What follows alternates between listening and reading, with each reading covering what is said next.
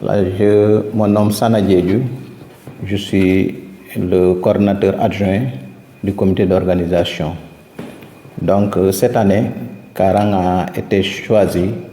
pour abriter la journée mondiale de lutte contre le paludisme, couplée au lancement de distribution de masse des Milda. Donc le dimanche 8 mai 2022, ici à Karang, à partir de 9h au terrain municipal. Donc à cette occasion, nous lançons avec la présence effective du ministre de la Santé et de l'Action sociale, Abdoulaye Diouf Sarr, de son homologue gambien également, de l'ambassadeur des États-Unis au Sénégal qui sera aussi de la partie, du gouverneur de la région de Fatick, des sous-préfets, du préfet, du sous-préfet et des maires du département de Foundiougne. Donc à cet effet, les partenaires techniques et financiers, nous appelons à la mobilisation de la population de Fatick, du département de Foundiougne, mais aussi du Niambato. Donc une forte mobilisation pour réserver un accueil chaleureux à la délégation officielle. Occasion que nous, population de Karang, environ, devrons saisir pour manifester la nécessité d'ériger notre poste de santé en centre de santé moderne avec un plateau médical relevé. Assalamualaikum warahmatullah, mbokki Karang ak li ko wër, mbokki région Fatick, mbokki département Foundiougne ak Niambato, ñu ngi leen di nuyu di leen sant di leen gërëm. Man Mamour Diouf bokk ci comité d'organisation bi, man maa bëggoon yeggali benn xibaar. Xew-xew bi lan la? Xew-xew bi dafa doon lancement bis bi nga xam ne ni moom la àdduna bi yëpp jagleel xeexum sibiru. Fii ci Sénégal ñu tànn Karang ne fa la ñuy defee xew-xew boobu, boole ko ak campagne distribution des moustiquaires Milda. Daje boobu nag mu ngi war a am dimanche tombeeg juróom-ñetti fan ci mois de mai weer wi ñu toll 2022 di dimanche bi ñu dëjmal. bis bi màgg na màggaay boo xam ne nii dinañ ci am teewaayu ministre de la santé ñu gën ko xam ci Abdoulaye Diouf Sarr ak naataangoom bi nga xam ne nii moo nekk Gambie. Dinañ ci am ci biir délégation yi kilifa yu mag yu demee ni ki ambassadeur bu États-Unis. Dinañ ci am tamit gouverneur de la région de Fatick ak teewaayu administration territoriale bi yëpp, préfet du département ak sous-préfet yi, waaye tamit ak ci biir teewaayu maire yi nga xam ne nii ñoo nekk ci maire de commune yi nga xam ne ñoo nekk ci département de Foundiougne. bis boobu nag màgg na màggaay boo xam ne nii ñu ngi ñaan mbokki Niambato ak li ko wër, mbokki Fatick, diwaanu Fatick, Foundiougne ak communes yi nga xam ne nii yëpp ñoo nekk ci département de Foundiougne ñi ñëw teewee ci bis boobu nga xam ne nii bis bu màgg la, ñu sargal ñi nga xam ne nii ñooy suñ gan yooyu, gan yu mag yooyu war a ñëw. Bis boobu nag doon bis boo xam ne nii ñun waa Karang dañ ko war a fonk, parce que occasion boo xam ne nii war na mën tax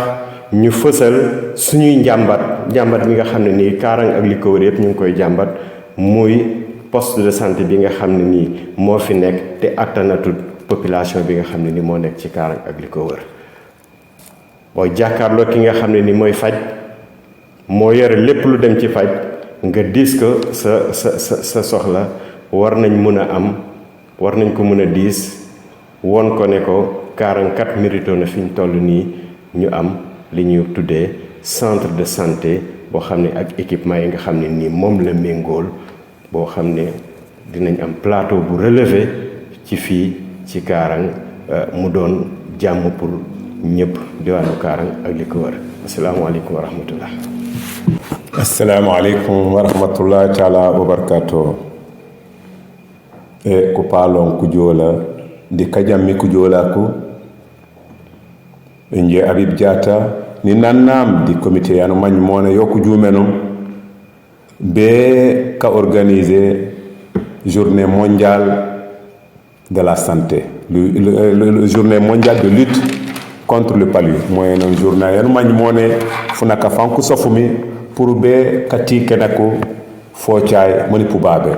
Donc yo connaît paludisme ko fa connaît sibiru wala non focay. Et pendant du programme qui l'a eu le 8 mai,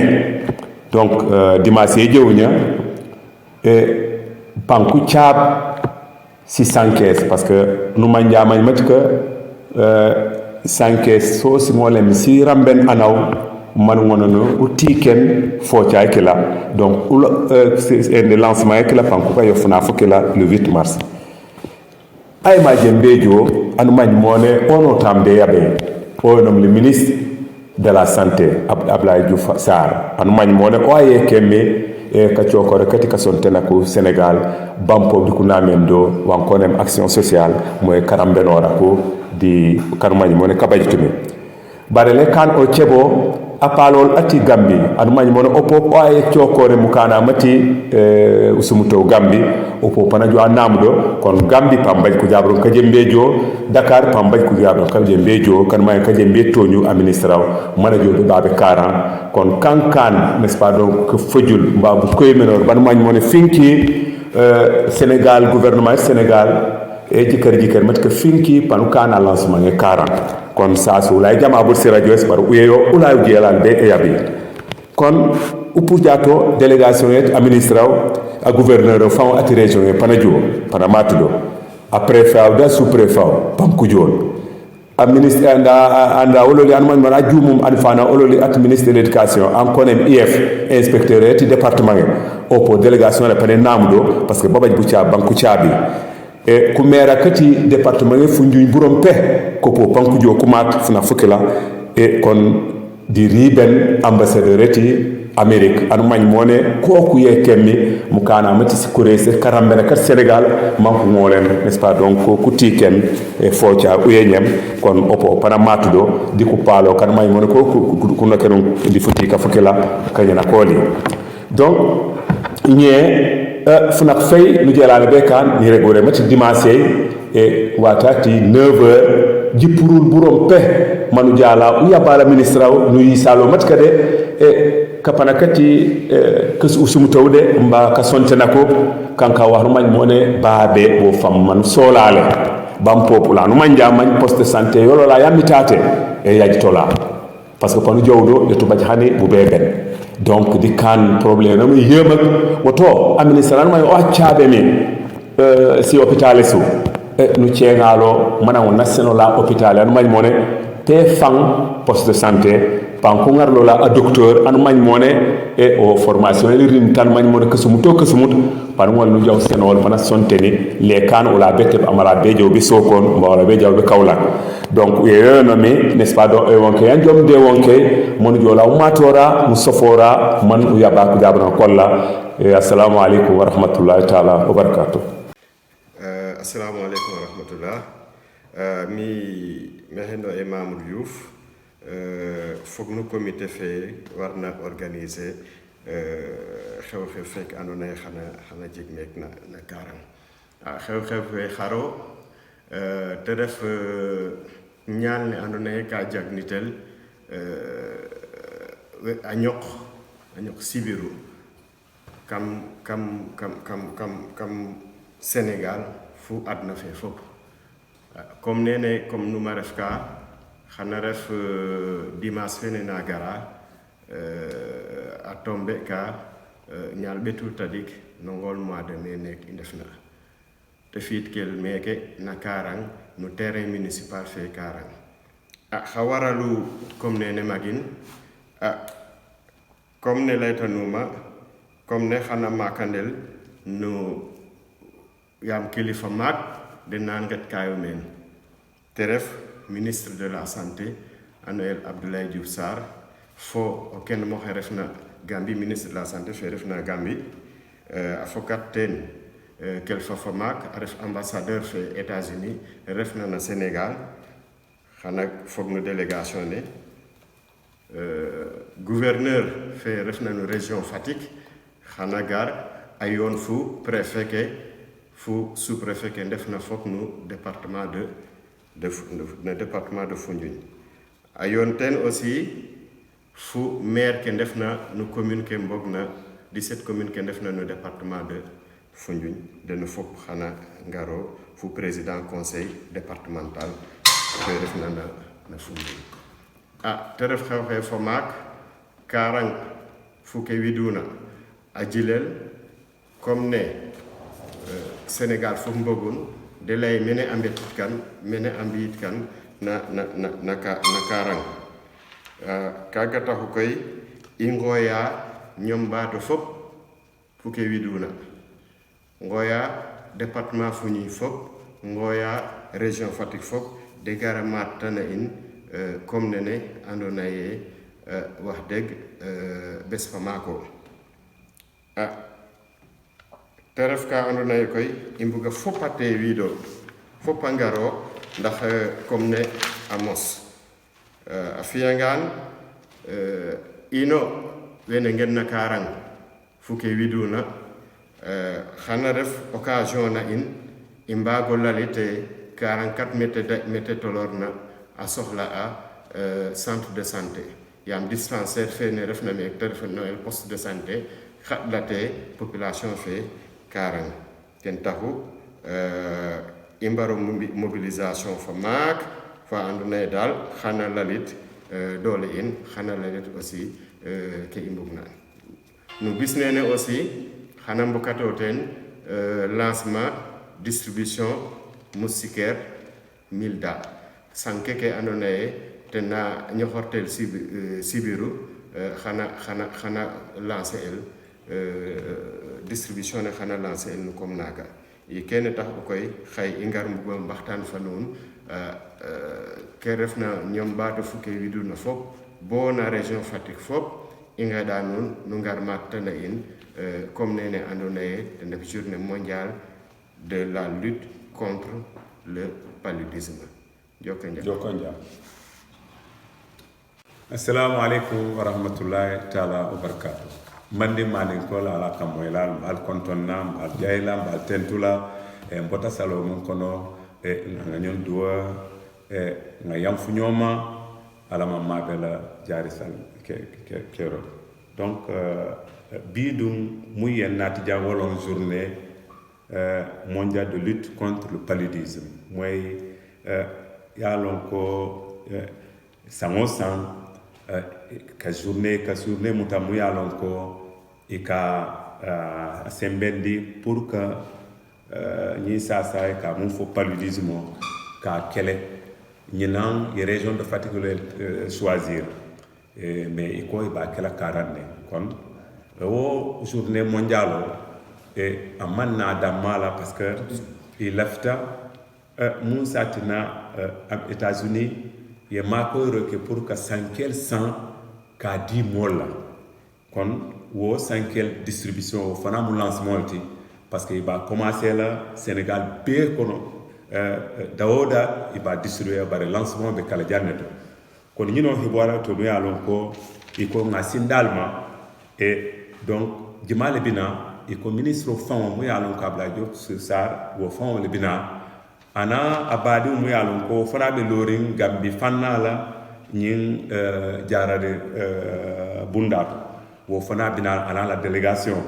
donc délégation mu be bonna Dakar et ambassadeur mu yalon ko États-Unis America la ambassadeur fana bina la le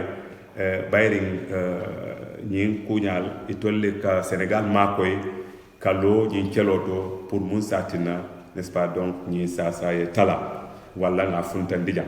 donc ni ya jube iko na botola donc autorité mu yalon ko wol fana wolle be marari n'est-ce pas donc région Fatick wala ka bonan gouverneur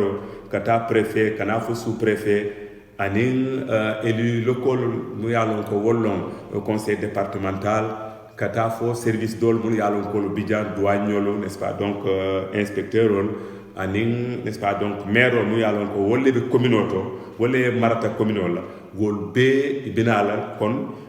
lun tambal le bonan n'est-ce pas donc du la n'est-ce pas donc ñi mu journée internationale parce que ça faut le ñama donc dunia be la journée long mais iko ye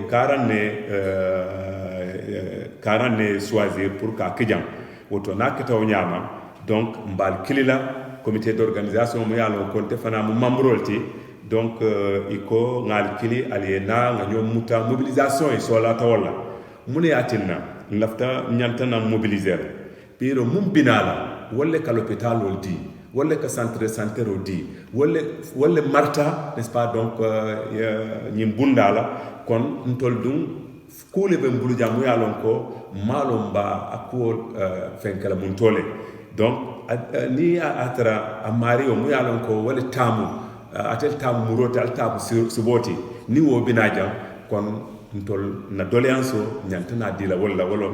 Ablaye Diouf Sarr donc il y a le ministre de la santé et de l'action sociale iko mbenga nga lo nga faye consola ta centre de santé la ñim poste de santé mansi parce que amman ku jara n'est-ce pas donc 40 collier ani ñom banto kol mais ni centre de l'hôpital ko sorta mu yalon ko docteur binal jam ye sage-femme mol affecté ye gynécologue affecté ye branche dol affecté jang ye natna jang donc il va dire que ça be talala donc do bal problème le talala kono ñino xibaro tumi yalon koy ko na sindalma le 8 mars terrain municipal ba kala wolto ñin dimas nala terrain municipal auto et lancement de kala wolto ani distribution de moustiquaire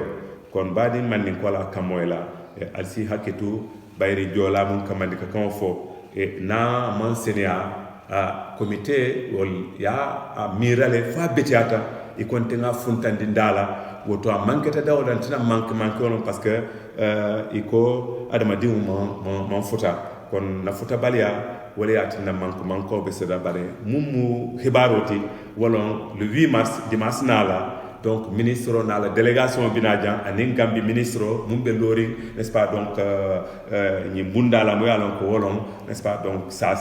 n'est-ce pas donc top toro kon ñinom hibaroti assalamu alaykum wa rahmatullahi ta'ala wa barakatuh